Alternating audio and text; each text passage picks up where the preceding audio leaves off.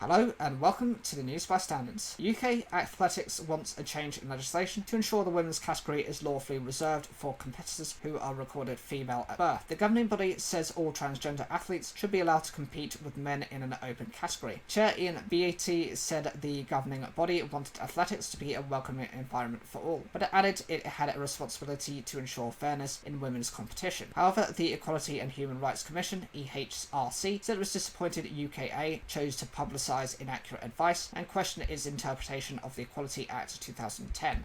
UKA disagrees with the use of testosterone suppression for transgender women, saying there is currently no scientifically robust, independent research showing that all male performance advantage is eliminated. UKA added it has seen no evidence that it is safe for transgender women to reduce their hormonal levels by testosterone suppression, and that there is insufficient research to understand the effects on transgender women if such testosterone suppression is carried out suddenly.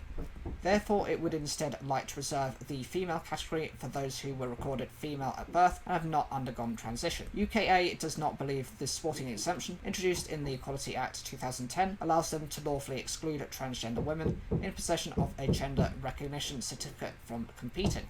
However, the UK government disagrees with UK athletics' stance that the law does not allow it to ban transgender women from female events on fairness grounds.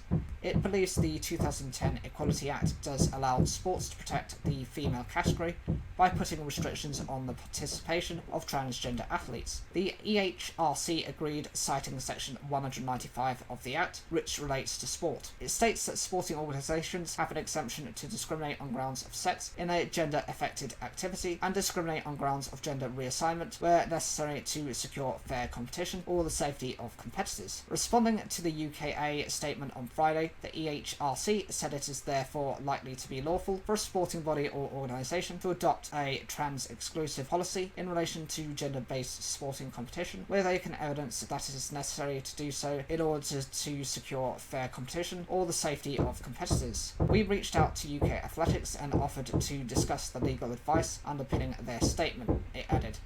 We are disappointed that they have chosen to publicise their inaccurate advice, and we would urge all organisations to consult our website, which explains equality law and how it relates to these issues. It is the latest development in a series of sports debating, reviewing and adjusting their transgender inclusion policies. Last year, British Triathlon became the first British sporting body to establish a new open category in which transgender athletes can compete. UK's stance contrasts with that of World Athletics, which has proposed continuing to allow transgender women to compete in female international track and field events. The world governing body has said its preferred option was to tighten the sport's eligibility rules, but still use testosterone limits as the basis for inclusion. A policy document suggesting the amendments to its transgender inclusion policy has been sent to World Athletics member federations as part of a consultation process before a vote next week. So what has been the reaction? LGBTQ+ charity Stonewall said it was vital that sports use robust evidence from the actual practice and experience of their sports when seeking to update inclusion and participation policies. Stonewall Director of Communications Robbie DeSantos added, the scientific evidence based on trans people in sport is developing but is far from conclusive.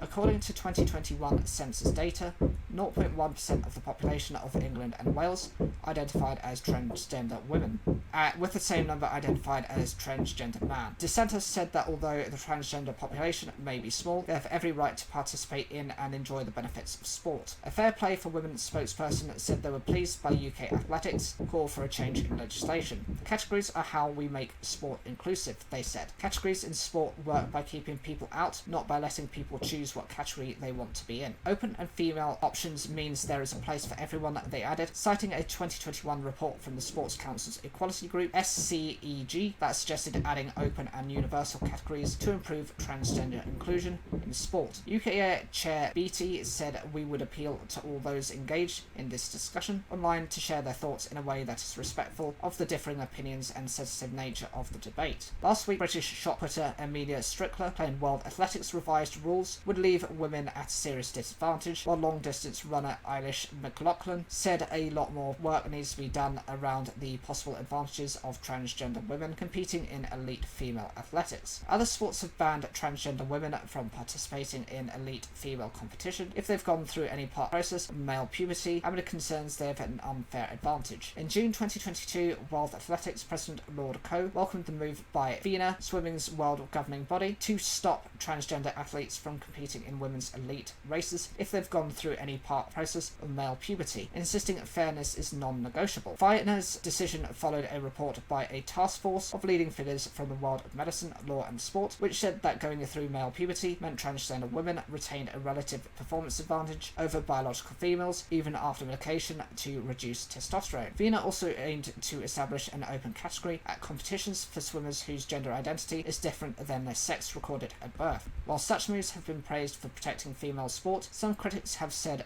these rules are discriminatory. Olympic diving champion Tom Daley was furious at FINA's approach, saying anyone that's told that they can't compete or can't do something they love just because of who they are, it's not on. US winger and two-time World Cup winner Megan Rapinoe also criticised the exclusion of transgender women in some sports. The Rugby Football League and Rugby Football Union also banned transgender women from competing in female-only forms of their games. It followed World Rugby becoming the first international sports federation to say transgender women cannot compete at the elite and international level of the women's game in 2020.